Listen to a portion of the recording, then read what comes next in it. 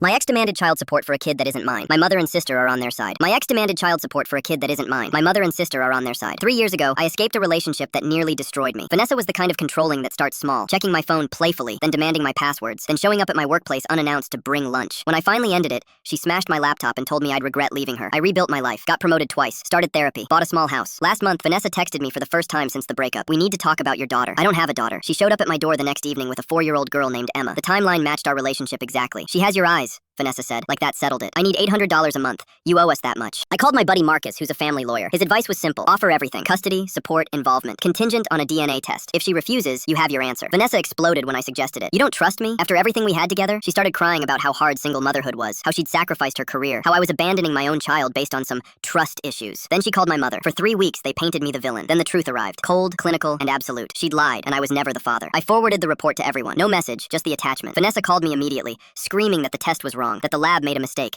that I must have tampered with it somehow. When I didn't respond, she shifted tactics. Even if you're not the biological father, Emma knows you now. You can't just abandon her. What kind of person does that? My mother's response to the DNA results? Mistakes happen with these tests. And regardless, Vanessa needs help. You have the means to support them. I couldn't believe what I was reading. Mom, she lied about me being the father. For 3 weeks, you called me a deadbeat over a lie. She's struggling. As Christians, we're supposed to help people in need. My sister's take was somehow worse. Biology doesn't define fatherhood. You could still choose to be there for Emma. That's what real men do. I stopped responding to the family chat. 2 weeks later, I was in a meeting when my assistant knocked urgently. There's a situation in the lobby. Vanessa was standing in our building's entrance with a handmade sign. Tyler Morrison abandons his daughter for $800 a month. Building 400 employees. Is this who you work with? She'd brought Emma, who was holding a smaller sign that said, "My daddy doesn't want me." Security was already escorting them out when I arrived, but not before she'd live-streamed the whole thing to Facebook. 50 people saw it before it was taken down. My face, my full name, my workplace. HR called me in that afternoon. My boss was sympathetic but firm. This can't happen again. I don't care about your personal drama, but you brought disruption to our workplace. That night, I hired Marcus officially. We filed harassment and defamation charges against Vanessa, plus a restraining order. The lawsuit outlined everything. The false paternity claim, the workplace stunt, the social media campaign. We had the DNA test, the threatening messages, security footage from my building. When Vanessa got served, she called my mother crying, and my mother called me furious. You're suing the mother of a child over a misunderstanding?